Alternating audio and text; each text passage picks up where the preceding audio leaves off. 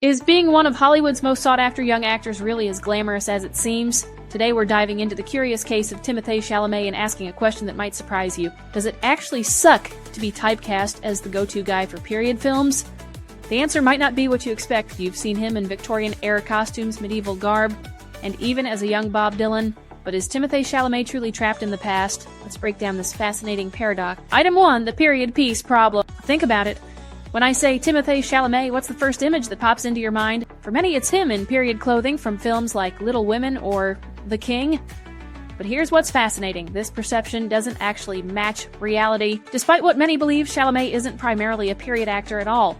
Out of his 13 major roles, only about 5 are in historical settings. That's less than half. Films like Dune, Beautiful Boy, and Don't Look Up show he's just as comfortable in contemporary and even futuristic worlds. But wait, if the numbers don't support the typecast, why does this perception persist? And what does this mean for an actor's career trajectory? Item 2, the critical acclaim conundrum. Here's something that might shock you. Chalamet's period films are often his most critically acclaimed work. Look at the numbers. Call Me By Your Name, 94% on Rotten Tomatoes, Little Women, 95%. These period pieces earned him massive recognition, including an Oscar nomination. Compare that to some contemporary films like Don't Look Up, 52%. Now ask yourself, would you turn down roles that consistently earn critical praise? I didn't think so, and yet this creates a fascinating dilemma. The very projects that elevate his status as a serious actor might simultaneously be boxing him into a specific image. Have you ever felt pigeonholed by your strengths? It's the same principle at play here, just on a Hollywood scale. Item 3, the character diversity myth. Now I know what some of you are thinking, but all his period characters seem similar.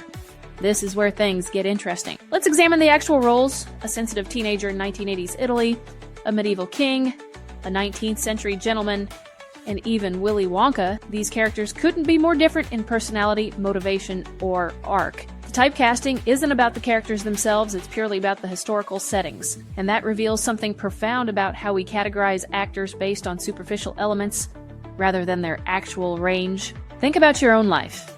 Have you ever been labeled based on just one aspect of yourself while the full spectrum of who you are gets overlooked? That's essentially what's happening here on a much larger scale. Item 4, the career strategy revelation. Here's where we need to challenge our initial premise. What if being associated with period films isn't a trap but a deliberate strategy? Consider this. Chalamet's upcoming projects include Marty Supreme, set in the 1950s. This suggests he's continuing to choose historical settings likely by choice rather than limitation. Why would he do this? Because period roles offer something crucial: longevity. They age better than contemporary films, they're taken more seriously during award season, and they demonstrate technical acting skills that other roles might not showcase, so what initially looked like a limitation might actually be a brilliant long-term career move, and that completely flips our understanding of his position in Hollywood. Item 5, the having it all reality. The final piece of this puzzle might be the most surprising of all. Chalamet appears to have found the sweet spot that most actors only dream of. He maintains the prestige of period dramas while simultaneously headlining massive commercial franchises like Dune and appealing to mainstream audiences with films like Wonka. Think about it. How many actors successfully navigate both art house cinema and blockbusters? The list is remarkably short. Rather than being trapped by period typecasting, Chalamet seems to be using it as just one tool in an impressively diverse career toolkit. So does it really suck to be Timothée Chalamet?